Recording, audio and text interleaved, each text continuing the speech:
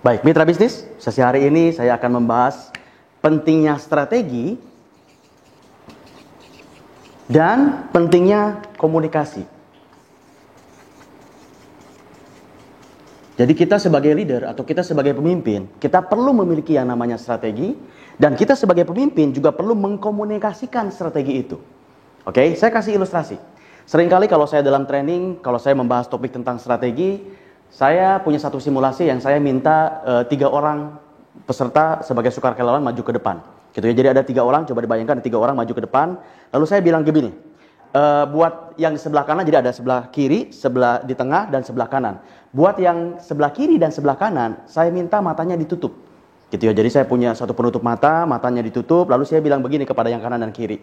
Bapak Ibu, nanti waktu saya bilang aba-aba 3, 2, 1, silakan Anda berjalan. Buat yang kanan dan yang kiri. Silakan berjalan kemana saja, jangan khawatir. Kita akan jagain kok, jadi tidak akan jatuh, tidak akan terbentur dan segala macam. Tapi saya minta meskipun mata Anda ditutup, silakan berjalan dengan sebebas-bebasnya. Kemana saja kita akan jagain.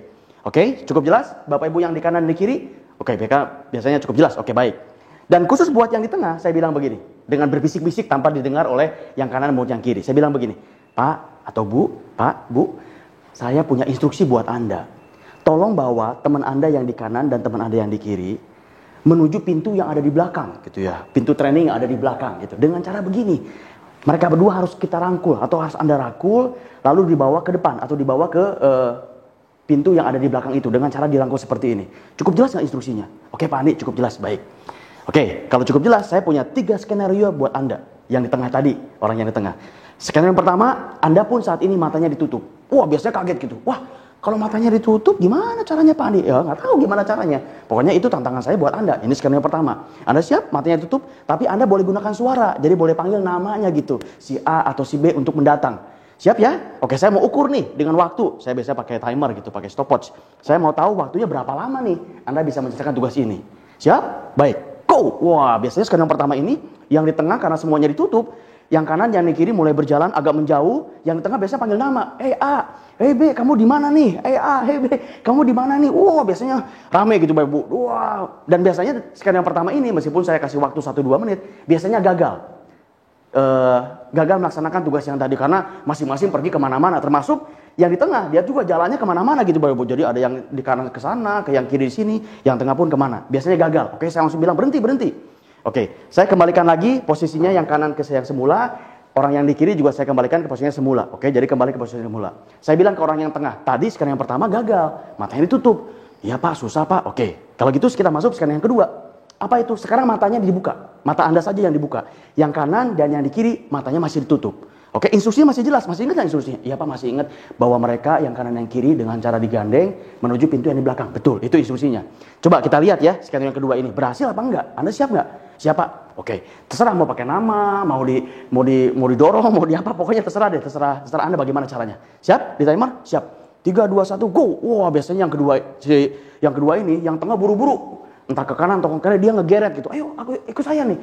Tapi kan yang satu lagi juga semakin jalan semakin menjauh. Jadi dia sambil mendorong-dorong yang kanan umpamanya dia semakin mendekati orang yang sebelah kiri.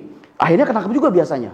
Lalu dipaksa gitu. Wah, meskipun yang kanan yang kiri bilang begini, aduh jangan didorong-dorong dong, jangan ditarik-tarik dong. Cuman yang tengah biasanya nggak peduli karena dia ngejar waktu nih. Dengan cara didorong-dorong kadang-kadang suka kebentok pintu gitu ya, suka kebentok meja dan segala macam. Tapi seringkali yang kedua ini berhasil. Waktunya cukup lama memang, bisa 2 menit sampai 3 menit gitu. Tapi akhirnya berhasil. Lalu saya bilang begini, wah selamat ya, berhasil. Iya Pak, cuman yang di kanan yang kiri yang matiin itu, tapi kaki saya sakit-sakit nih Pak, kena meja tadi segala macam. Ya mohon maaf, tapi paling nggak berhasil nih. Oke, sekarang kita masuk ke skenario yang ketiga.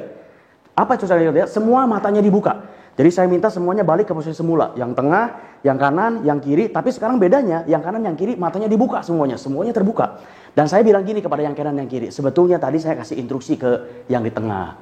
Saya bilang instruksinya adalah dia harus membawa Bapak Ibu yang di kanan, yang kiri dengan cara menggandeng dan membawanya ke pintu yang ada di belakang. Tadi itu instruksinya.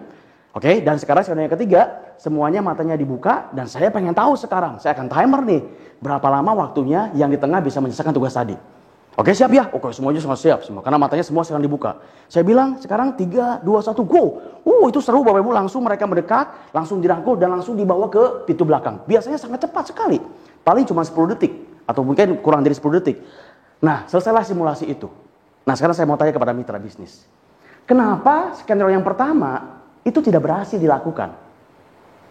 Nah, kalau saya tanyakan itu kepada mitra bisnis, mungkin mitra bisnis akan bilang begini, iya, karena semua matanya tertutup, Pak.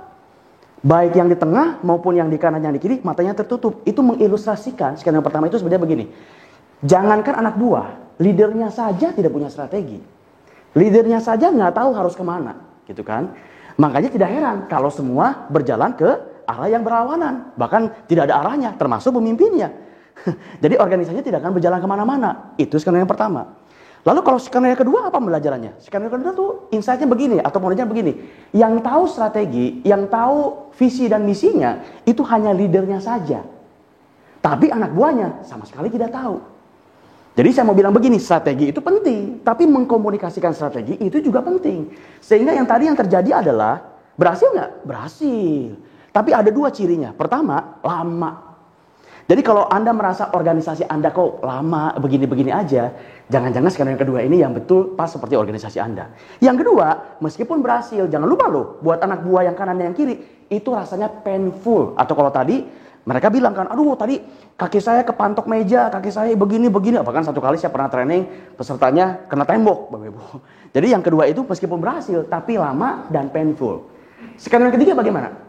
Cepat dan berhasil. Nah itu yang kita mau bukan? Kenapa? Karena pemimpin tahu strategi, tahu visi, dan pemimpin mengkomunikasikan kepada anak buahnya. Sehingga teman yang di kanan, teman yang di kiri juga mengerti mau kemana. Sehingga pada saat saya bilang go, semuanya jalan dengan serempak, dengan cepat menuju ke pintu belakang.